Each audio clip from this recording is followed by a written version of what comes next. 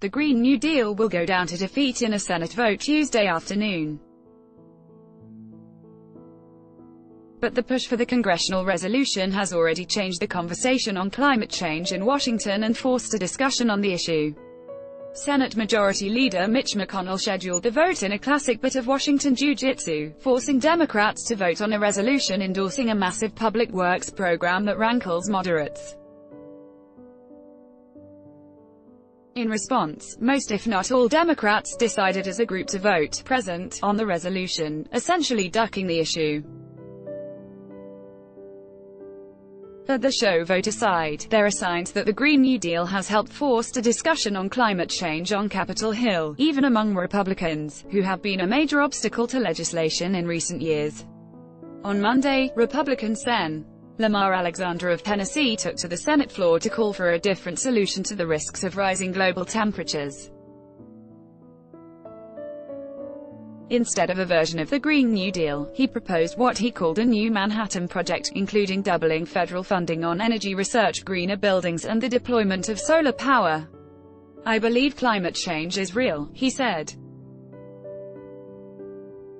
That line stands in stark contrast to President Donald Trump, who repeatedly called climate change a hoax before becoming president and has worked to undo Obama-era programs to address the issue. Other Republicans have also begun to challenge Trump's denial of the science of global warming. Texas Sen.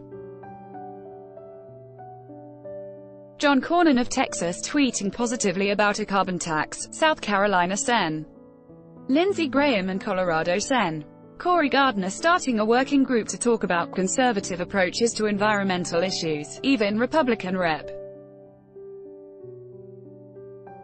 Matt Gaetz, a close ally of Trump, has said he will draft a Green Real Deal to offer conservative solutions to climate change.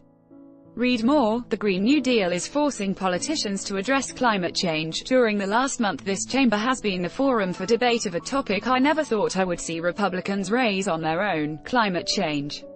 Senate Minority Leader Chuck Schumer said on the Senate floor Monday, mocking McConnell's legislative maneuver. Republicans owe the American people some real answers.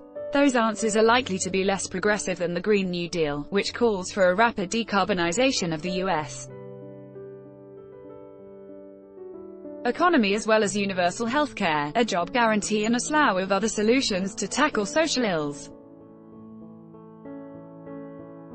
And indeed, most of the early ideas from Republicans fall short of the ambitious scale needed to stave off the worst effects of climate change.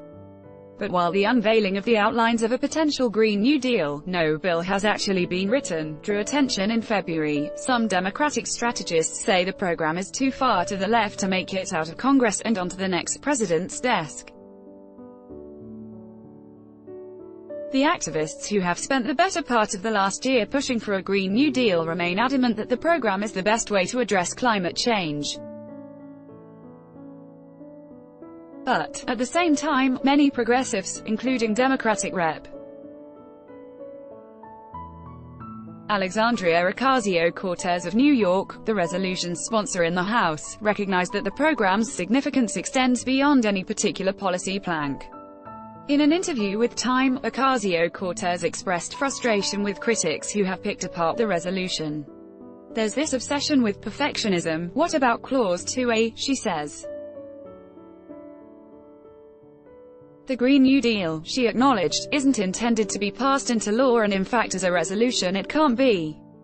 I introduced a resolution. It's not even a bill," she says. "It's a statement. It's a vision document." Democrats, who long have acknowledged the threat of climate change while ranking the issue low on the list of priorities, have also been jolted into action by the Green New Deal. Schumer, who for years largely remained silent on the issue, has delivered several speeches on the topic in recent weeks. Democratic Sen. Chris Van Hollen of Connecticut said last week he planned to endorse the Green New Deal while also introducing cap and dividend legislation, according to E! Several signatories to the Green New Deal have also endorsed the growing push for a carbon tax. In the presidential race, the Green New Deal conversation has forced candidates to talk about climate change even though the issue hasn't been a top priority for most of the candidates.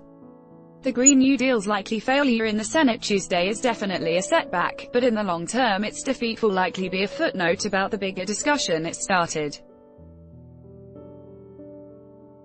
Write to Justin Warland at justin.warland@time.com.